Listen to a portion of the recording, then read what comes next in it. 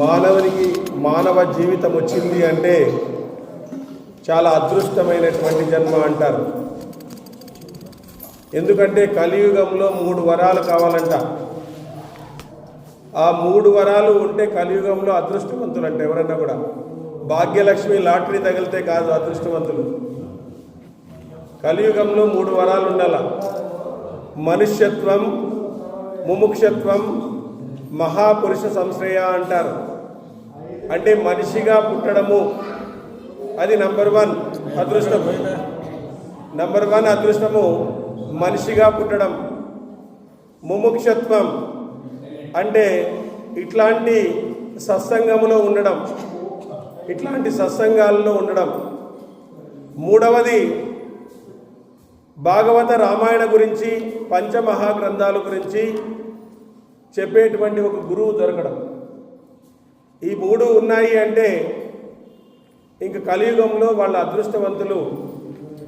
Sir చెప్పినట్లుగా వాళ్ళకు మనశ్శాంతి అనేటువంటిది కూడా ఉంటుంది. కాబట్టి ఈ మానవ జన్మను, వచ్చినటువంటి మానవ జన్మను మనము సత్యంగా, ధర్మంగా మనం బ్రతికితే భగవంతుడు ఉన్నతమైనటువంటి జన్మనిస్తాడు. సత్యాన్ని, ధర్మాన్ని మర్చిపోతే మళ్ళీ మొదటి జన్మనిస్తాడు. మళ్ళీ 84 లక్షల్లో మొదటి జన్మనిస్తాడు. అది శాస్త్రాలు చెబుతున్నాయి. కాబట్టి మనము సత్యాన్ని తెలుసుకోవాలా, ధర్మాన్ని ఆచరించాలా. సత్యం వద ధర్మము చెర అంటుంది శాస్త్రం. సత్యము వద అంటే సత్యం వధించమని కాదు, ఇడ సత్యాన్ని తెలుసుకో. ధర్మం చెర అంటే ధర్మాన్ని ఆచరించు అంటారు. ఒకసారి ఒక ఋషి తపస్సు చేస్తున్నాడంట. తపస్సు చేస్తుంటే ఒక పెద్ద మనిషి చనిపోయినాడంట. చనిపోతే ఒక నక్కు వచ్చిందంట. నక్కు వస్తే కాళ్ళు తినేకపోతే ఆ మహర్షి చెప్పినాడంట, ఆ కాళ్ళు తినొద్దమ్మా, ఏ రోజు కూడా దేవస్థానానికి పోలేదు ఆ కాళ్ళు అన్నంట. ఆ కాళ్ళు తినొద్దు, ఏ రోజు కూడా దేవస్థానానికి పోయిన కాళ్ళు కాదు అవి అని చెప్పినాడంట. తల తినేకపోయిందంట. తల తినేకపోతే తల కూడా తినొద్దు, ఏ రోజు వాడు తల వచ్చలేదు ఎవరికి కూడా, ఎప్పుడు తలెత్తుకొని అహంకారంతో తిరిగేటువంటి వాడు, కాబట్టి వాడిని తల తినొద్దు అన్నంట. చేతులు తినొద్దు అంటూనే చేతులు కూడా తినొద్దు అన్నంట. చేతులు తినేకపోతే వాడెవరు కూడా దానం చేయలేదు ఇంతవరకు కూడా, కాబట్టి తినొద్దు అని చెప్పినంట. సరే పొట్ట తిందామలే అని పోయిందంట. పొట్ట తిందామని పోతే వాడంతా అవినీతితో సంపాదించిన పొట్టే తప్ప వాడు ధర్మంగా సంపాదించిన పొట్టేది లేదు, పొట్ట కూడా తినొద్దు అనిందంట. కళ్ళు తినేకపోయిందంట. ఏ రోజు దేవుని విగ్రహాన్ని చూడలేదు వాడు, కళ్ళు తినొద్దు అనిందంట. చెవులు తినేకపోయిందంట. చెవులు తినేకపోతే చెవులు ఏ రోజు శాస్త్రాన్ని వినలేదు వాడు, చెవులు తినొద్దు అన్నంట. స్వామి ఇంక నేనేం తినాలి స్వామి అన్నాడు. ఇంక ఏం తినాలి స్వామి నేను ఇంట్లో? అలాంటి బ్రతుకైతే మనది. అంటే జంతువులు కూడా మనల్ని ముట్టవన్నమాట. ఒకచోట మనిషి తల, పులి తల, మేక తల ఇచ్చినారంట, యాలం వేస్తున్నారంట. పులి తల తొందరగా సేల్ అయిపోయిందంట. మేక తల 1 గంటలో సేల్ అయిందంట. సాయంత్రం 5 గంటలు అయినా కూడా మనిషి తల ఎవరు కొనలేదంట. ఎవరు కొనలేదంట. ఎవరు కొంటారు చెప్పండి? మనిషి తలని ఎవరైనా కొంటారా? ఏదన్నా జ్ఞానము, విజ్ఞానము ఉంటే ఏదన్నా కొంటారు, కానీ వాటికి ఉండేటువంటి వాల్యూ కూడా మనకు లేదు. మనము జ్ఞానాన్ని సంపాదించుకోకపోతే, అహంకారాన్ని విడకపోతే, ధర్మాన్ని పట్టుకోకపోతే, సత్యాన్ని తెలుసుకోకపోతే మనకు పుట్టగతులు అనేటువంటివి ఉండదు. మనల్ని ఎవరు ఆశ్రయించడు. కాబట్టి శంకరాచార్యులు అంటారు, జంతువునాం నరజన్మ దుర్లభం అంటారు. జంతువునాం నరజన్మ దుర్లభం. నరజన్మ రావడమే గొప్ప. ఆ నరజన్మ వచ్చింది అంటే నువ్వు మోక్షానికి అర్హత సాధించినట్లే, అంటే ఒక ప్రైమరీ ఎగ్జామ్ రాసినట్లే అని చెప్పేసి మోక్షం కోసం ప్రయత్నించాలంట. కాబట్టి ధర్మార్థ కామాలను సమానంగా అనుభవించి చతుర్భుజ ఫల పురుషార్థాలన్నింటినీ కూడా సమానంగా చేసుకోవాలి. ఈరోజు ధర్మం తగ్గిపోయింది, మోక్షం తగ్గిపోయింది, అర్థకామాలను పట్టుకున్నాం. అర్థకామాలను పట్టుకోవడం వల్ల ఈరోజు ధర్మం అనేటువంటి తగ్గిపోతా ఉంది. ధర్మంగా సంపాదించాలా, మన కోరిక మోక్షం కావాలా. అందుకనే శంకరాచార్యులు అంటారు, మాకురు ధన యవ్వన గర్వం హర్ష నిమేతత్ కాల సర్వం మాయా మకిలం కృత్వ బ్రహ్మపదత్వం ప్రవిశ విదిత్వ అంటారు. అంటే నువ్వు చేసుకున్నటువంటి ధనం కానీ జనం కానీ ఏది కూడా నీ వెంట రాదు. ఒక క్షణకాలంలో అవన్నీ కూడా వెళ్ళిపోతాయని చెప్తాడు. అందుకే వాల్మీకి మహర్షి రామాయణాన్ని రాసినాడు. 2.5 లక్షల సంవత్సరం అయింది రామాయణాన్ని రాసి. ఈరోజు కూడా రాముడిని మనం గుర్తుపెట్టుకుంటున్నాం. చూడండి, మనం ఎవరన్నా చనిపోతే ఒక 2 తరాల వాళ్ళు గుర్తుపెట్టుకుంటారంతే. 3వ తరాల వాళ్ళు ఫోటో కూడా పెట్టుకోరు మనది. 3వ తరం వారు ఫోటో కూడా పెట్టుకోరు. 2వ తరం వారు ఫోటో పెట్టుకుంటారు. 3వ తరం వారు ఈయన చాలా రోజులు అయిపోయింది చనిపోయి ఆ ఫోటో బయటికి మారే అంటారు. అంటే 2.5 సంవత్సరాలు ఉన్నప్పటికీ కూడా 2.5 లక్షల సంవత్సరాలు జరిగినటువంటి రామాయణాన్ని ఈరోజు మనం గుర్తుపెట్టుకున్నాము అంటే ఎంత గొప్పవాడు రాముడు, ఎలాంటి లక్షణాలు కలిగినటువంటి వాడు. రాముడి యొక్క గుణాలు, కోస్మిన్ సాంప్రదంలోకే గుణవాన్ కస్య వీర్యవాన్ ధర్మగ్నస్య కృతజ్ఞస్య సత్యవాక్యో దృఢవ్రతః చారిత్రేణ చకోయుక్తః సర్వభూతేషు గోవిదః విద్వాన్ తమా సమస్యస్య కస్యైక ప్రదర్శనః ఆత్మవాన్ కో జితక్రోధో బుద్ధిమాన్ కో అసూయకః తస్య బిభ్రతి దేవస్య జాతరోషస సంయుగే అంటాడు. అంటే 16 గుణాలు ఉన్నాయంట రాముడిలో. అలాంటి వ్యక్తి ఉన్నాడా అని అడుగుతాడు నారదుణ్ణి వాల్మీకి. ఎందుకయ్యా ఇక్కడే పరిపాలిస్తున్నాడు, 16 గుణాలు ఉన్నాయి, ఆయనలో 16 గుణాలు ఉన్నాయి, ఆ గుణాలు ఉండేటువంటి వాళ్ళ గురించి రాయండి అంటారు. శ్రీరామ శ్రీరామ శ్రీరామ అంటే విష్ణు సహస్రనామం చెప్పిన ఫలితం వస్తుందన్నమాట. విష్ణు సహస్రనామ ఫలితము వస్తుంది. శ్రీరామ అనేటువంటి అక్షరంలో సూర్య, అగ్ని, చంద్రబీజం ఉందన్నమాట. ఆ 3 పదాలు శ్రీరామ అనేటువంటి పదంకు అంత గొప్ప అర్థం ఉందన్నమాట.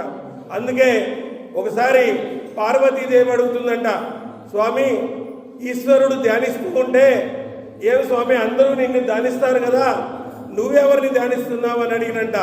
అడిగితే నేను శ్రీరాముడిని ధ్యానిస్తున్నాను అన్నంట. నేను శ్రీరాముడిని ధ్యానిస్తున్నాను అన్నంట. అంటే శ్రీరామనామము మన పార్వతీ పరమేశ్వరుల నామం అయిందనమాట. శ్రీరామనామము ఎక్కడైతే జరుగుతుందో పార్వతీ పరమేశ్వరులు ఇప్పటికీ కైలాసంలో రామాయణాన్ని పారాయణం చేస్తారంట. వాళ్ళు రామాయణాన్ని పారాయణం చేస్తారంట. అంత అద్భుతమైనటువంటి రామాయణాన్ని మనం ఈరోజు వదిలేసినాం. పంచమహాగ్రంథాలు చదవడం లేదు. పిల్లలకు రాముడు అంటే తెలీదు, లక్ష్మణుడు అంటే తెలీదు, ఏమీ తెలియకుండా ఈరోజు ఉన్నాం. ఇలాంటి అద్భుతమైనటువంటి పంచమహాగ్రంథాలన్నింటినీ కూడా మనం పిల్లలకు అందించాలి. ఇదే మన వారసత్వం. ఈ వారసత్వం పోయింది అంటే మన సంస్కృతి నాశనమవుతుంది. మన అమెరికాలో 7,000 మంది భగవద్గీత శ్లోకాలను చెప్పినారు. వాషింగ్టన్లో 7,000 మంది కలిసి 700 శ్లోకాలు పారాయణం చేశారు.